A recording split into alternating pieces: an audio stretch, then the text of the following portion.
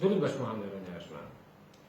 دو روز قبل طریق شبکه اجتماعی فیسبوک میدیدم که کبیری با مریدانش می نشست و امر معروف میکرد و به سؤالهاشون جواب میداد و از سخن اطراف یک آیت سوره نساء میرفت و من اطمینان دارم، مطمئنم که این سوال رو هم خودش مطرح کرده است تا خودش جواب دهد.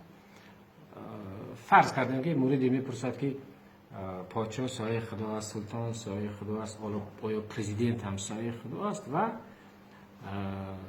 کبیری این کار میکرد که پرزیدنت سایه خدا نیست و هدفهای سیاسیش رو من میفهمم و بعدا شرح میدیم. ولی حالا سر این آیت یک بار دیگر تمرکز میکنیم. سوره نساء آیت 59 گفته شده است: اطیعوا الله و اطیعوا الرسول و اولی الامر منکم.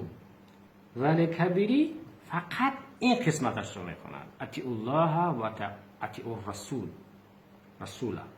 یعنی ببینید که مانند همون ملایی که سال 90 همون نهضتی سال 90 یک قسمت آیت رو میگرفتن که بعد در قسمت دیگه آیت تماما نصیحت بود یا وصیت بود یا یکی هشدار بود، اخطار بود، ولی همون قسمتی رو که بکشید یا بپرانید یا بزنید رو میگرفتن تمام. و چند کلخر دیگر و چند منقورت دیگر، چند بیسواد دیگر باور میکرد که سخن الله را، کلام الله را داملا قرائت کردن، یعنی جهاد حق است و کشتار حق است و با همین گمراه کردن منو.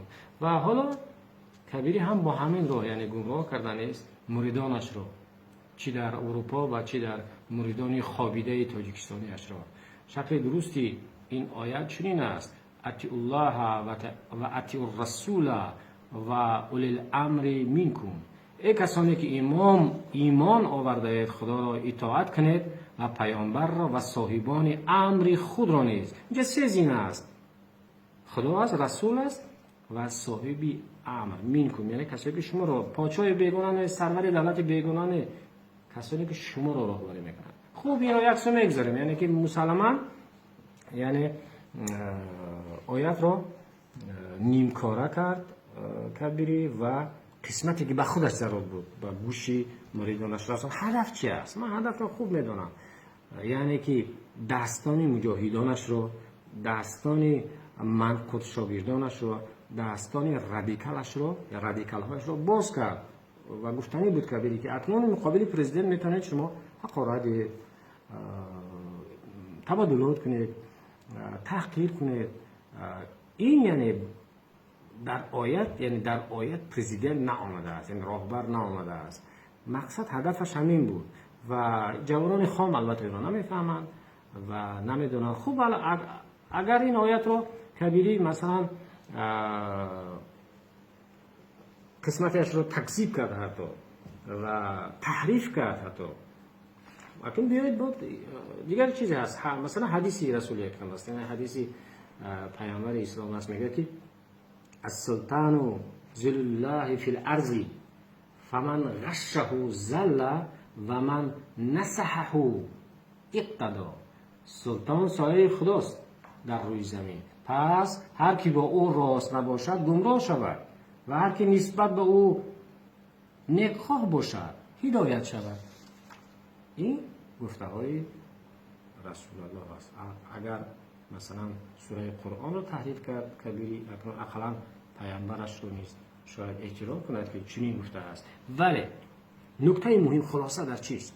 کی گفت که پرزیدنت پادشاه است؟